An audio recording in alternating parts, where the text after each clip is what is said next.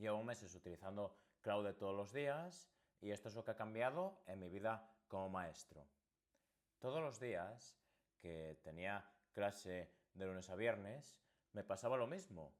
Llegaba para casa, me gastaba casi toda la tarde en poder preparar las clases que tenía al día siguiente y además no era capaz de encontrar exactamente la manera correcta para mí de poder trabajar y preparar las clases en el menor tiempo posible. Unas veces utilizaba el libro de texto, otras veces buscaba por internet, otras hacía una combinación de ambas, pero nada parecía funcionar. Me iban las cosas bastante mal y no sabía qué hacer en ese momento. Con todo esto, también probé a trabajar con inteligencia artificial y de primeras utilizaba ChatGPT, puesto que era lo que a mí me funcionaba bien cuando trabajaba en adultos y cuando me cambié al colegio por razones personales y profesionales, pues no me funcionaba. Tenía varios problemas en cuanto a lo que ChatGPT me generaba y toda la pérdida de tiempo de pasarlo limpio a documentos de Microsoft Word. Entonces hubo un día que se me ocurrió conocer y probar la experiencia de Claude como inteligencia artificial en la versión de pago y acabé haciendo pruebas para ver si me podía generar un cuadernillo entero para una asignatura de un curso y el resultado fue espectacular.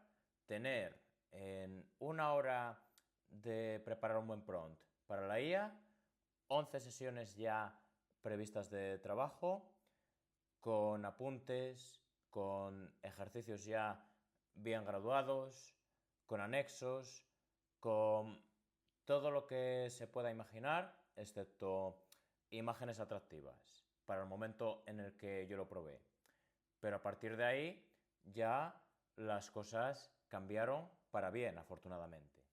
Con todo ello, tenemos que considerar que Claude no me hace el trabajo, únicamente me libera la parte de preparación de clases para cuando voy a trabajar ir concentrado con energía a la faena que me toca hacer, que es ayudar a los niños y a las niñas en clase todo lo posible y estar en casa tranquilo, con tiempo para mí y tiempo para hacer otras cosas que son obligaciones que las tienes que hacer sí o sí.